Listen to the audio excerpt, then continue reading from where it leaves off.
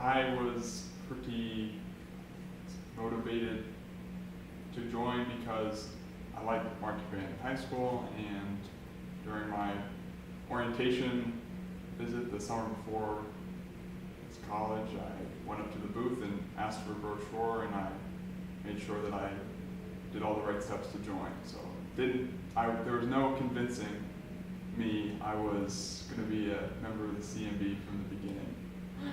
I was the exact opposite. I played bassoon in high school, and I was 100% positive I was not doing marching band in college. I did pit percussion in high school, and it was not for me.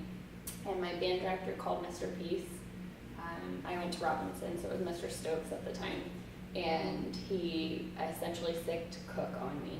So I got phone calls like once a week to join the Cavalier marching band, and they took me out to breakfast on my orientation to convince me. And I said, all right, fine, I'll try it. And I said, I kind of know percussion, let me try out what your drum line does. And I went to one of their summer days, and I was like, I can't do this. So I called Mr. Peace back, and I said, it's a little too hardcore. I don't want to do all the extra practices.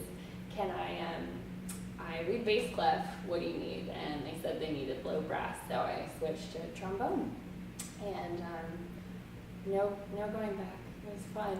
It was not at all what I had planned for my college experience.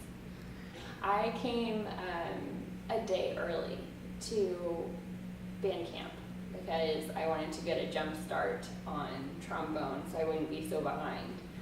And I came in, and the Cavalier marching band was rehearsing, and obviously it's all the section leaders, and I loved my high school marching band, but to hear like this group of individuals play, I was completely blown away, and I was like, there's no way I'm learning trombone, I will never be good enough. But I jumped right in, and they were all fantastic. So I didn't get the huge classic CMB greeting. I kind of snuck in, and then they all turned around at the end of rehearsal, and I got the warm welcome then, which was really different, but it was really impressive to get to see them perform first and then meet these warm individuals afterwards. I similarly didn't have that really strong first memory. I was late for the start of band camp my first year. My mom and I had trouble finding the DoubleTree Hotel, and so I sort of snuck in there after all of the big hoopla had already ended for all the other first years. So I guess my real first memory is the first trumpet sectional where I sat down with Austin Jones, and we fumbled our way through the music together, and that was a lot of fun. I loved walking into classes, already having a core group of friends. It's one of the best things about the Cavalier marching band, that you can walk around campus and already know grounds, like 300 people.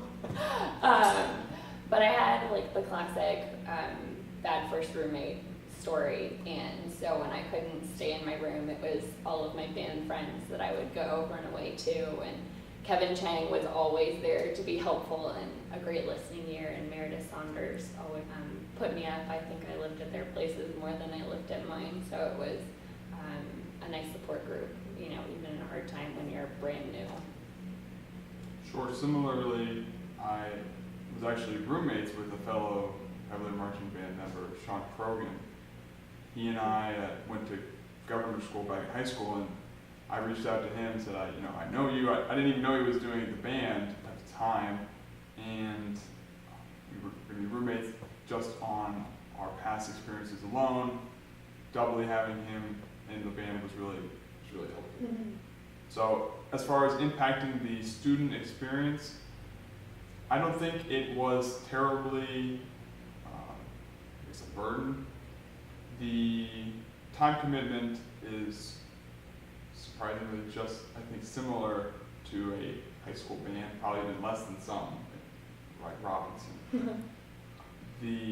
So it was just, it's really the outlet that I needed it to be. I love music, and if I didn't have an activity like that, I don't think my college experience would be complete. I'm actually a year older than Matt, And I think officially we were informed that we did meet on his birthday at band camp, but neither one of us remember it. I remember meeting other people, but not Maddie. That's right. I think we walked around. I was walked around by various rooms, but we officially met a little bit after band camp because Sean, my roommate, brother and sister with Katie Krogan, who's Maddie's really good friend, and Sean and I got invited over to Katie's apartment to have a nice dinner, cooked meal versus the traditional dining hall. So I met Maddie, I think, what I would say officially at Katie's place. We challenged each other to a spaghetti eating contest. Which I won.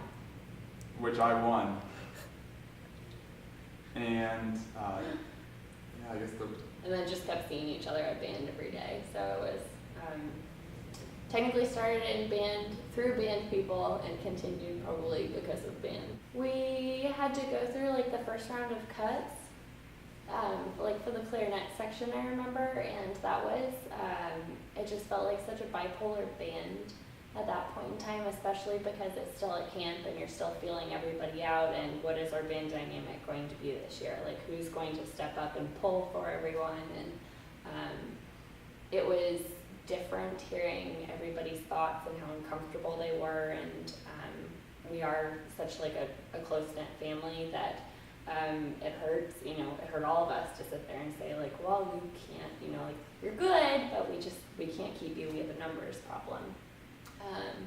So it was, it was resolved in our first game, like it was all behind us, and we did come together, but it was hard to see this great group who's so carefree and, work hard, play hard is one of the great things about CMD.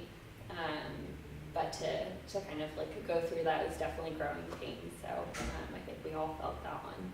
Yeah, I remember a particularly tricky time was the Jacksonville experience, the Gator Bowl, with the greyhounding and the balance between what was accepted up until this point, and again that growing pains of the band, I think becoming more, I don't want to say professional, but sort of, I think people have described it to me, and I think it fits the sort of the blue collar to white collar transition of the band as it went from its inception to where it is today, and I'm sure that transition has continued after we left.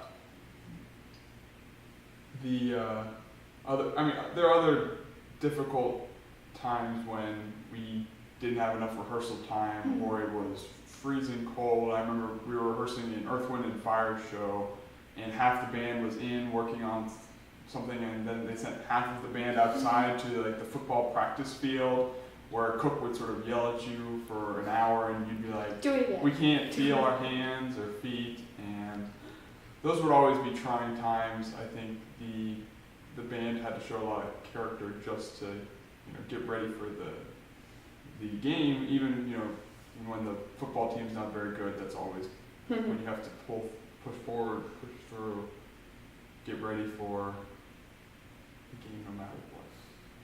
I was a drill instructor, and I talked to David Knight, and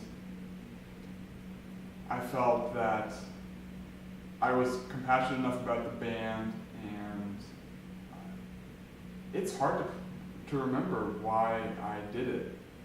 You Honestly. needed a big push. Do you remember? I just remember you like sitting on the fence forever, and it's. I wish there was a better story. Like I really felt like this was the spot for me in the band, or I guess I just felt like I could do a good job in the position, and if I would devote the right amount of effort into it, then I guess I could make the band better. And that's, I think, why anyone should apply for a leadership position, because they want to help the band be better. And I thought I could do the drum major gig. I had the energy for it, and I thought I could get the conducting down if I needed to. The dynamic between sort of being that sort of leadership position, and you're always interacting with the directors, to still being able to interact with the band member and get to know them and know that you're just one of them, you're always trying to balance that. So it's challenging, because if you lose sight of getting to know everyone, hanging out with them, then you can lose touch. I think Shantier Higgins did an excellent job of still interacting with all of the band folks, rallying them on social media, and that's the challenge. But it's also a unique opportunity, because you do see how things are going. You can help make things go better or be run more smoothly. So that's a big responsibility. I think I was told by the directors, or by Mr. Pease, that I reminded him of Mr. Cook. We both played the trumpet. He thought we had similar personalities. I think we both cared about the band, had attention to detail, that sort of thing. I think the dynamic with the band directors is, when you're talking to Mr. Pease, it was, don't talk back, never complain, just sit there.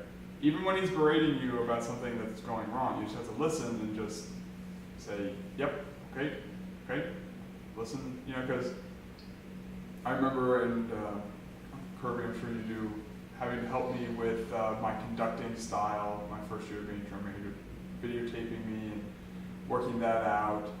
Mr. Pease would always yell at me to have more energy or show it more, and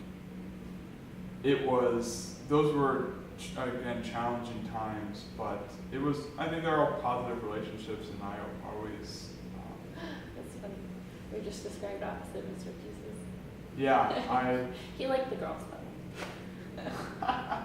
I think it's also, it's a different dynamic between like just the regular musician and the drum majors too. I think we are treated slightly differently by the directors. Mr. Pease is just super dynamic. He brings, I look forward to any opportunity to get to talk to him. He did nothing but build me up. And when I was having a hard time learning a new instrument or figuring out drill, because I also didn't march as a pit person, so I learned both. He did nothing but make you feel really good about whatever you're trying to do, regardless of how ridiculous you probably looked. So I was always grateful for that. And if you wanted a really straight answer, like for what was going to happen, no fluff, you went to Mr. Cook. Because he would just say, like, this is what we have to do. We have to figure, find A, B, and C person to get it done. Let's go. So it was nice to have just a really clear-cut person who could run that way. And low brass always gave Mr. Izzy a really hard time, and he was fantastic to set aside the time for us and bring me back to basics, which again we loathed. But retrospectively, they're huge things to work on breathing, and that's a lot of that goes into cranking air through those instruments. So he was just the go-to for anything low brass, always available at ridiculous hours for whatever marching band need emerged. So between the three, it was always pretty clear who I was going to go to for what.